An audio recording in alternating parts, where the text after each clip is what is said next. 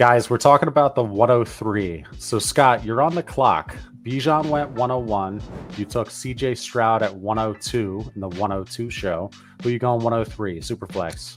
Man, I think a lot of people are probably going to expect us to say Bryce Young, right? If I had to make the decision right now, and I'm making some assumptions that we're just going to go on potential draft capital. So we haven't seen it yet, but we're just going on where we think draft capital may end up shaking out. I'm going to shock Shane maybe. Even though this pick has a lot of leverage, man, it could be the running back 2, it could be the wide receiver 1, it could be the quarterback 2. I'm going to take none other than Anthony Richardson at 103. Simply assuming that he's going to get the draft capital. I know Shane shakes his head because, well, we'll see what he says about Anthony Richardson. But here's the argument for Anthony Richardson. He has to get the draft capital, right? What would that be? Top first round, but top first 20? round pick. First round pick. We've seen Josh Allen, Lamar Jackson both went outside of the top 5 picks, so I don't even care about that. So let's just assume top 15 draft capital. Play it safe. I mean, Justin Fields was what, the 12th overall pick? So it's not like you have to have top 10 or you have to have top 8. It's more about, does the draft capital tie him to a future opportunity where he's going to get multiple chances, even if he doesn't look good right away? I mean, look at Trey Lance. He's going to get another chance, another 2 chances, 3 chances. I think this is basically Trey Lance all over again, but a better profile, higher upside than Trey Lance. A guy that did play in the SEC, not great, not a lot. But I think it literally is the same justification you would have with Trey Lance. And honestly, Trey Lance was, if he would have gone where Justin Fields went, he probably doesn't go 102, 103 in most rookie drafts. He probably falls a little bit. So, yeah, I mean, he went number 3 overall, which pushed him up. But I think Richardson, if he just goes in the top 15, top 20, right now, that's the only thing I need for him to be my clear-cut 103. But obviously, it's a great place to be able to trade out to, because someone may go, wow, you're going to take Anthony Richardson? I can't wait to get the number 1 wide receiver at 104. So you're going to want to trade back. I can't wait to get Jahmyr Gibbs, who goes in the first round at the 104. So you're going to want to trade back. So I think there's just a lot of pivot points too at this pick. Shane, we're moving on to you, man. You were on the clock at 103. Last show, you also took CJ Stroud at 102. Who are you going 103? Yeah, I got to say, Scott, taking Anthony Richardson at 103 is like playing Russian roulette with an Uzi. Like, you have no chance of winning, bro. Like, you're just walking away from that table bloodied. You're probably not walking away from that table, and you're going to regret it for the rest of your life, however short that might be. I'm going Bryce Young. But first, I'm trying to trade the pick with all my might. I'm trying to put that 103 with something and see what I can get. Can I go get Tyler or Trevor Lawrence? Can I go get Kyler Murray, even if I have to throw something else in there? But if I'm forced to pick, it's a super flex. I'm going to go to the quarterback. I'm going to go to Bryce Young. I know he's only 5'2". He's not a real size human, but he's done amazing things in college. You know, we were worried about Kyler's size. We've seen a couple guys this small, and I know he's thinner than Kyler. We've seen a couple guys this small hit, right? And yes, they do have to be special, but everything that we have as far as his college career shows us that he's probably special. Whereas Anthony Richardson, I don't want to make this a takedown of Scott.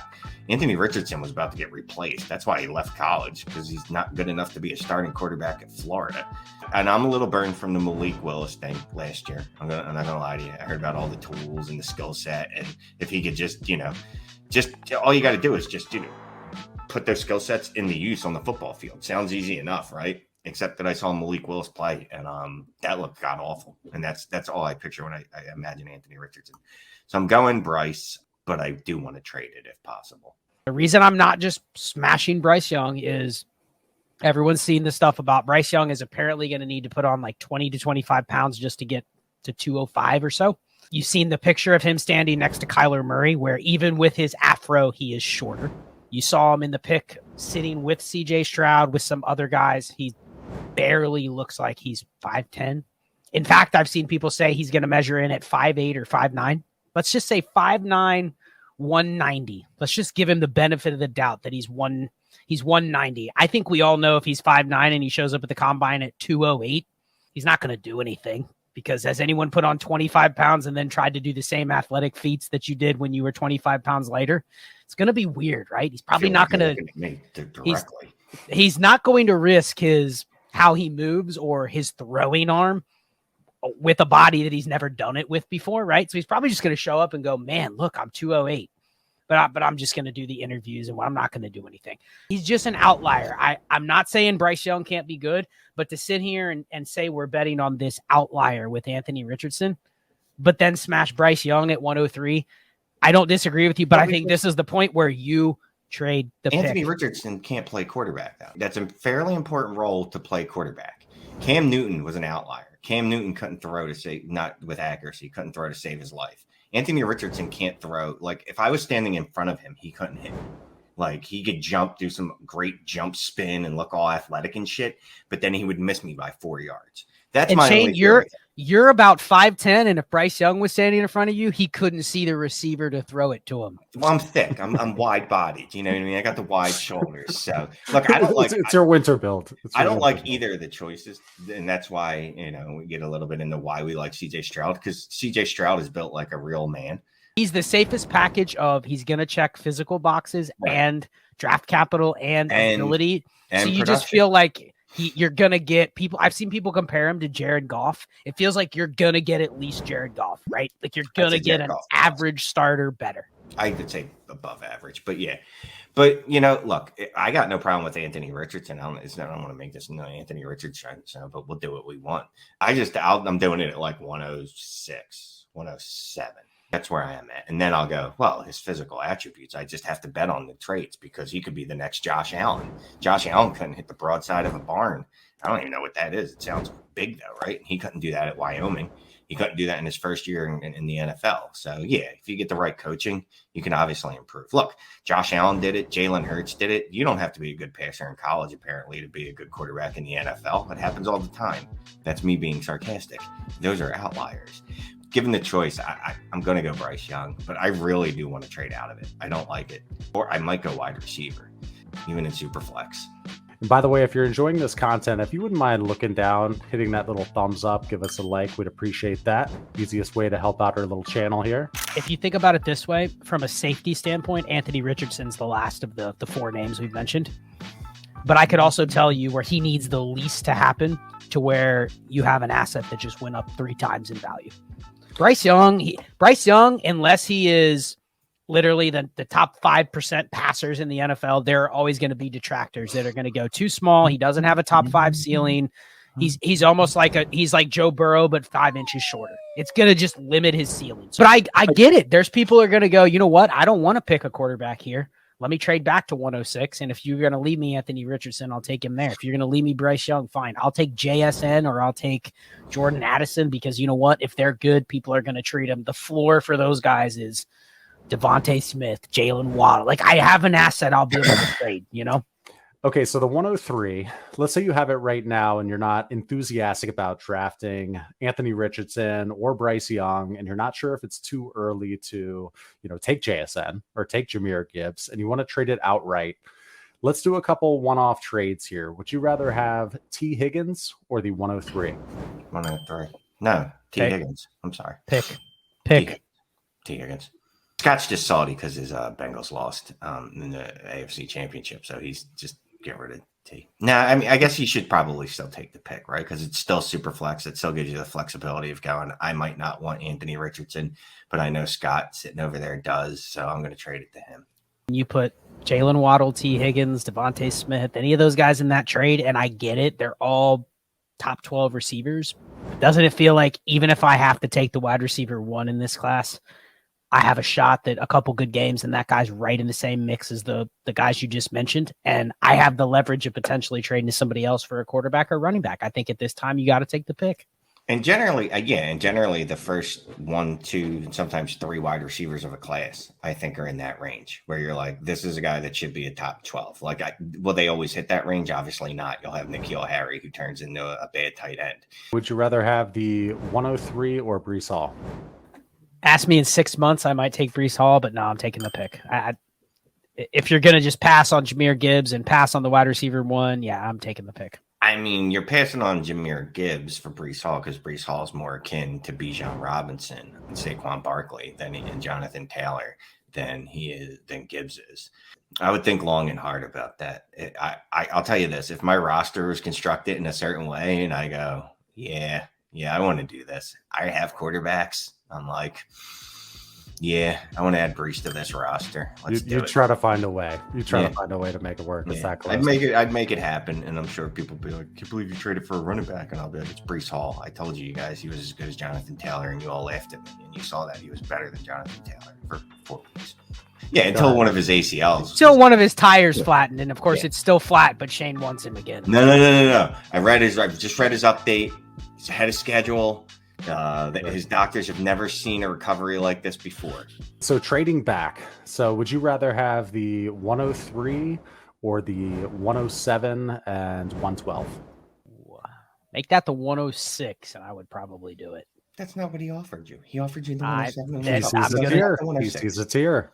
Then I'm going to say, if that's the 105 or 106, I feel a lot more comfortable. 107, I think I'd hold that till it's on the clock. And if I get burned by the tiers, I get burned by the tiers. All right. Since we're doing that, can I get a 24 first instead of the 112? Start with this. Would you take the 107 and 112 or the 103?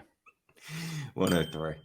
How about the 103 or the 105, 201, and 206? Oh, you're giving me 2 seconds. Yeah, I'm taking the 105 package. Yeah. And you literally made the decisions easier on me. I don't have to have this conversation with myself. Do I want one of the smallest human beings to ever walk the earth at quarterback? Or do I want this guy that looks like he's never played the position before, but he's a really good athlete? Or do I want the running back? Let me just get a trade back. I think that triggers a really good discussion with this 103 pick is if you are sitting in that spot and you don't need a quarterback, how many times do we say, man, if you can use that 103 to go add to it to get a stud quarterback, do it. But let's say you've already tried that. You've spammed your league. Nobody's moving one. Your quarterback room sucks. It's, Tom Brady, Derek Carr, or something like that. You're like, man, this is where I have to take a shot. And you're forced to choose between Bryce Young and Anthony Richardson. You're going to hate that. But on the contrary, that trade that Clay just offered us, if your quarterbacks are set and you're sitting at the 103, you're still tempted to take the quarterback just to kind of bully other people around. But doesn't that feel like you're so excited to get that offer when you get the 105, knowing someone's going to take a quarterback and you're like, I don't even really care. I don't give me Jahmyr Gibbs at the 105 and I get 2 other shots later on. That deal could be a smash, but it could also be a trade. If you're desperate and you really need a quarterback, you would give up the 201 and the 105 to move up to get a quarterback if you really needed one. So it works both ways. Yeah, because look, as much as I trash Anthony Richardson, the upside of him is huge. Let's move over to 1QB. So, Scott, you were on the clock. 101, of course, was Bijan. 102 went JSN. Who are you going at 103? Ooh, well, the 2 names that we kept mentioning was Jordan Addison or Jahmyr Gibbs. Let's say it's a 10-team, start 9, PPR. I think in the 10 team, you could justify taking the running back over the receiver. That's what the numbers would probably say, but I think what the market will say would be the opposite, because even in 10 teams, if you're sitting on one of the elite receivers that's under 23, 24 years old, that is the trade chip, especially with the current market of running backs, the older ones, unless it's one of those leagues where people just play it like redraft and they will not trade you the Christian McCaffreys, the Saquon Barkleys, that doesn't even matter how old they are. They can have, 2,900 career touches. And if as long as they're alive going into the next season, they're going to be worth a high first to whoever has them.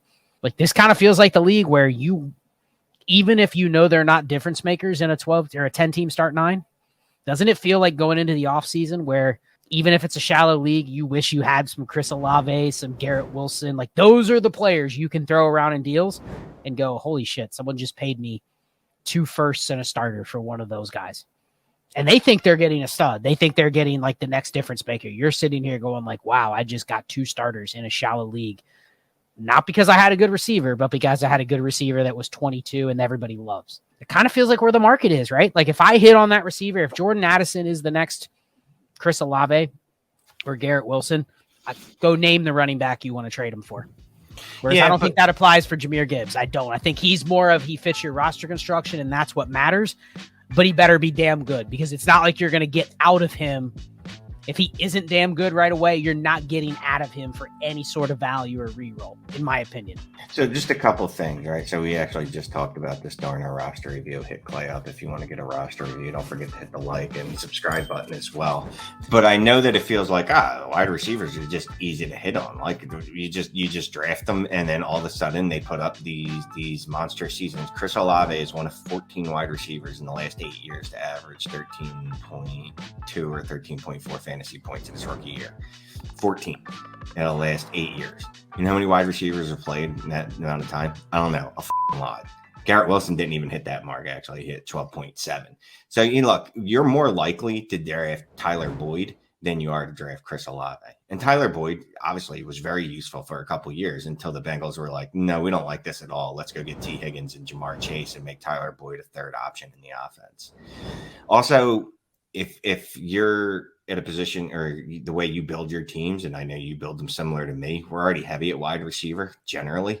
So if it's close, I'm probably going to go running back. Like if it's Jahmyr Gibbs or let's not say JSN, say JSN went off the board, but so say it's Jahmyr Gibbs or Jaxon Smith-Njigba. Oh, you already said he went off the board. I don't know. Whichever the wide receiver 2 is. It's Jordan Addison is the wide receiver 2. Fine. It's the wide receiver 2 and his draft capital isn't that much better than Gibbs.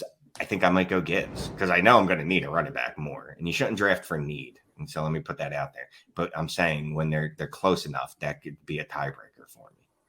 Yeah, the league economy could also be a tiebreaker too. There are some leagues, maybe that's more casual, whatever the case may be, that still just love running backs, and that running back, if he hits, he could have more juice than a Jordan Addison, who some people think is going to be really good, but he might be kind of like boring good. Score a lot of fantasy points, but may not be this like flashy upside guy. So, okay. So let's say you want to move up from 103 to get you some Bijan Robinson. Would you rather have the 103 and the 106 or the 101? What format are we talking here? We're talking 12 teams, super flex, PPR, start 10. Yeah. I mean, I think if we're going to super flex, that at least makes it more of a discussion, to where it depends. It probably depends on, honestly, it depends on your quarterbacks. Because we already talked about the 101. And if you have the 101 and you need a quarterback, like that's already on the board to get traded. If you don't have the right team, it's already on the board to get traded down. Like that's a dream deal. If you're one of those 75% of the teams that are not perfectly designed for Bijan, like what are you getting a better offer than 103 and 106? Probably not. So I think that's the caveat. Most teams, I would say, are not ready to draft Bijan. So in that case, like the 103 and 106 is probably the best offer you're getting. There's also some other caveats because it's the word of the night. Did I earn that 101 or did I trade for that 101? If I earned that 101, there's 1,000% chance I need more than just Bijan, as we've talked about. Go check out our Bijan, Your Team's Not Ready for Him episode or whatever the hell it's called. There's a pretty good chance that, as fun as it would be to add Bijan to my roster, that's just going to turn me into like a 4-12 team as opposed to a 2 I don't know what the math is, just a worse team. And I probably do need to split those assets. We also get questions where it's pretty challenging because it's like, would you give the 103 and DK Metcalf for the 101? What are your thoughts there? Most people would give the 106 for DK Metcalf. So I don't think it's that different than the trade you're being offered. It just depends on the construction of your team. Personally, I think especially if you have a lot of other draft picks too, like on our last Destination Debbie show, we did that mock draft. There's a lot of good running backs in this class. Not saying they're Bijan. And I'm not saying that you don't rule out on some teams saying, you know what, I need a Bijan share. This is the team I'm just gonna take the dive, right? But if you have 3 seconds, 3/3, like I'm much more likely to play the value game with my first rounder if it's the 101. If I can get the 103 and a top 15 receiver in that type of trade, I'm just gonna take it and go, you know what, I have 3 seconds and 3/3. I'm gonna take 6 shots and I hope I hit on a Dameon Pierce and I hit on a Kareem Hunt or a James Conner. You know what I mean? If I can just hit on 1 or 2 of those guys, they're not 25 points per game. They're not 20 points per game. But if they're 16, 17, and they're a trade chip, they also apply to the same exact logic of why you would want Bijan, why you would want Jahmyr Gibbs, because they're running backs. They will have a market. Now, what you do with them when they hit that market is a different story. But it just feels like if I have all these extra picks, we've done a lot of roster reviews where people have the 101. but then they have 4 seconds. They have 5 thirds. They have a bunch of 24 picks. Like, those are the teams that can go, you know what? I'll take a little gamble that maybe the next Bijan or something similar will come about. And I have 10 shots over the next 2 years to add more assets. Why would I pay up for the 101? So we talked about how with the 101 and the 102, you're definitely not dying to move on from them, to trade them away. They have tons of leverage, and in some cases, they have Bijan Robinson's name attached to them. What about the 103, though? Are you willing to trade that more freely? This is the spot. If we just go back to 2021, this is the spot where I got burned the most because I followed I have to take Justin Fields. I have to take Trey Lance at every single 102 or 103. And it was the logic of quarterbacks are scarce. The people that don't have them are going to pay. If they're not going to pay, I'm going to take them. I don't care about my roster construction. If I have 3 good starters, I'm still taking Trey Lance. Doesn't matter. I'm hoarding him from somebody else. It just happened to be a bunch of good players went after those quarterbacks, and you look bad if you passed on Ja'Marr Chase or Kyle Pitts. You're probably going right away, man. Should have done that over Trey Lance. Oops. It kind of feels the same thing this year, but the quarterback landscape, I think, is even shallower. There's even more teams now that feel bad about their quarterback rooms. So it really just comes down to, I wish going back a couple years, I would have been more aggressive moving those picks versus I know what's going to happen. These are going to be the top 3 or 4 picks. I'm just going to take them no matter what. And basically, if you want them, you're going to have to pay 150% of the price because it is a quarterback that is going to hit. Maybe I'll be a little more flexible. I'm willing to move around in this range. I'll move down to the 106. I'll move out for a future first and a starter or something like that. Like, I'm going to be more flexible with these picks because I think maybe the market still is a team that needs a quarterback or a team that is eyeing a running back might be looking at that 103 going, okay, I know what I'm going to get. And I'm just going to be a little more flexible in that range and not just end up making all of those picks. The 103 or Jerry Jeudy and the 105? 103. I don't know. I think Jerry Jeudy's pretty good. I think he's a top 24 receiver. If it's the same tier, then it just comes down to, I mean, you said it earlier, Shane, you don't necessarily want to choose at the 103. Someone may make the choice for you and you still get the same pick you were going to make anyway. Judy's not enough to sage. Whatever. My concerns. I'll go ahead and make the pick at 103 if that's the best you're going to offer me. What else would you need to add to that deal? Because I think it's a pretty fair offer by Clay. DJ Moore. And DJ Moore to the deal? Moore? Well, not and Jerry Jeudy and DJ Moore. No, I don't even want DJ Moore. I got him in too many leagues. It's not going to be that. I want a 24 first. You give me a 24 first. I need flexibility here. Otherwise, I just hold on to the 103, wait till we're on the clock, and someone gets all googly-eyed over Anthony Richardson, or maybe there's going to be some guy in our league or gal that's like, ooh, Will Levis is on the board. I got to get me that. So for that, I'll just hold out. I can get that deal up until I'm on the clock, I think. 103 or Garrett Wilson? Garrett Wilson. Fine, I'll take Garrett Wilson. But part of me says that the wide receiver 1 this year's class, by the time we know who it is and there's a name attached and it has top 15 draft capital, it's not that far back removed from Garrett Wilson, but I don't want to draft that receiver at the 103. So we just go all the way back to the beginning. It's quarterback versus wide receiver, and it feels like if I move back to the 105, and I'd rather do a deal, I'd rather do a different type of deal. Jonathan Taylor or the 103? I'm going to let Shane go on this one because I know he's kind of been on a little buyback in on Jonathan Taylor. But yeah, I am, but I don't want to have to pay 103. That feels like I'm paying the full price for him. Part of I like bargain shopping a little bit. Like I need a little bit of a discount. Like, can I get the 211 back with that? Is there that much of a difference though between Jonathan Taylor and Breece Hall? Given that Breece Hall is coming off a torn ACL? Yeah, Breece Hall's still much better. This is where I'm getting into name hunting. So, all right, if we're just looking at not the name, but the profile, well, yeah, because Breece Hall's still like 3 years younger than Jonathan Taylor. 103 or Jonathan Taylor, Shane? There's a good chance I'm going to hit accept and take Jonathan Taylor. What about you, Scott? Man, you're asking me in January or early February on whether I'd want to buy a running back with one of these premier picks. If I look at the roster and it goes, you know what, I'm going to take a shot at a hammer running back, and I'm probably the one that's sitting there going, I'm scared to death to draft the quarterback unless I can move back and get the extra capital, I'd be okay doing it because it alleviates that decision. I know this is what I was talking about a couple minutes ago. I know that my inclination is going to be hoard the quarterback. Even if they suck, I'm going to not let the guy at the 105, 106 get a chance to take one of the quarterbacks.